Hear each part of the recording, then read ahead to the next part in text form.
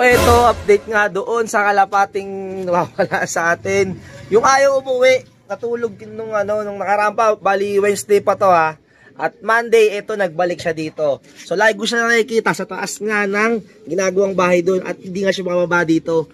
Eh hindi naman siya pupunta sa iba kasi kung pupunta sa iba, nahuhuli na yan at di ko na siya makikita pa. Kasi lagi ko siya nakikita dito sa pwestong to, dito siya nakikita. Yan, doon ko siya nakikita araw-araw dyan sa taas ng ginagawa niyan. Eh, wala namang gumagawa dyan kaya hindi siya nahuhuli. Yan. Kasi pag dito banda, may nangangalapati dyan. Wala, lagi ko siya tinatawag, ayaw niya pumunta eh. Tapos ngayon, ito na. Ayan, nagbabalik na dito. Oh. Grabe, 5 araw to ha, mga kadabargets, 5 araw. Tapos ngayon lang siya ulit pupunta dito. Grabe tong kalapati, napakatigas ng ulo. Oh, after 5 araw, saka lang naisipang pumunta dito. Araw-araw siyang tinatawag. Na parang, syempre, nagisa ko pa ng kalapate. Wala eh. Sabi ko, tigas talaga ng ulo nitong kalapating to. At ito, mukhang nakaramdam na talaga ng gutom after ng 5 araw. So, isang araw pa nga lang, diba? Pero kung nakapagtaka, paano siya nakakainom? Eh, wala namang nagkakalapate doon sa taas. O, yan. Ayan o, mga pupunta na dito. O, may tingin-tingin dito eh. Ayan o. Ayan na. Ayun o. O, diba? Ayan na siya. So, pumunta. Ito na. Ayan na, ito na yung kalapating yun o. Sobrang payat na siguro niyan. Kaya naisipan nang bumalik nga dito. O.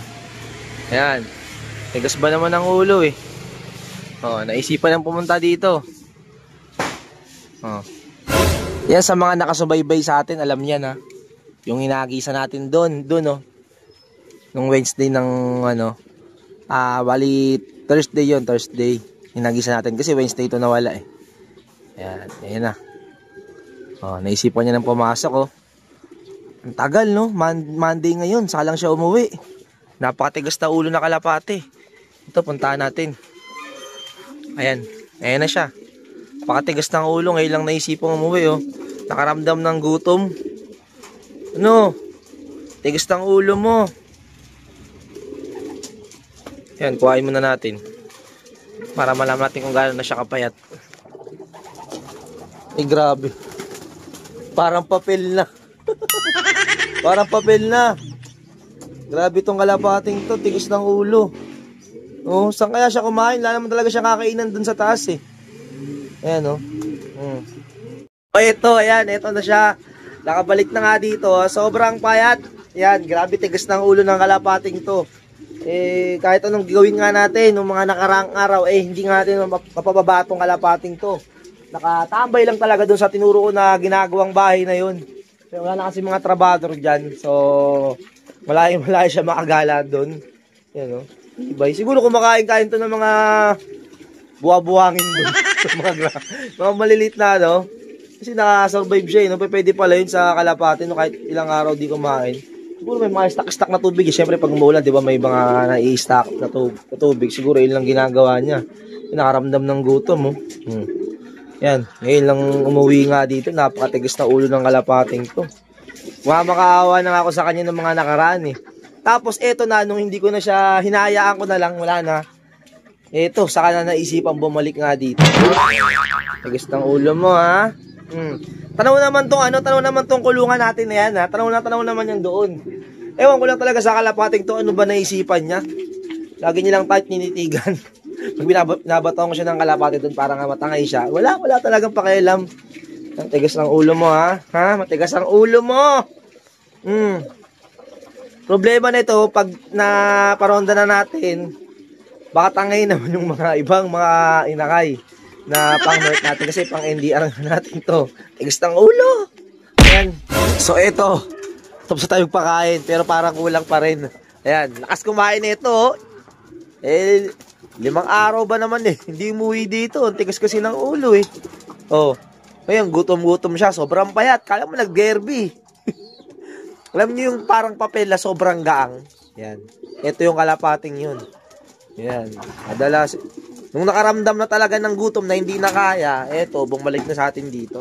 Eh, di ba tayo nakapagkaskas ng droppings ng ibon natin, eh, no? Oh, buo-buo naman. Okay, kakaskasin na natin.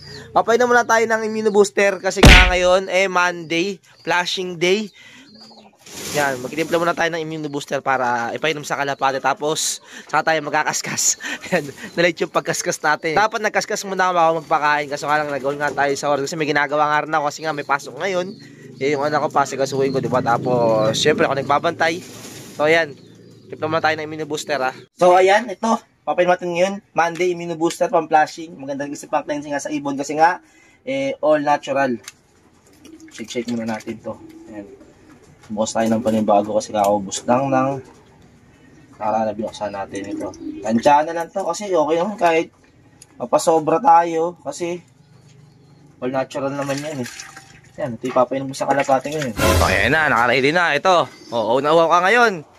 Ayun ko saan, siguro uminom niya sa mga na-stock na tubig dun sa ginagawang bahay dun. Ayan, inom tayo.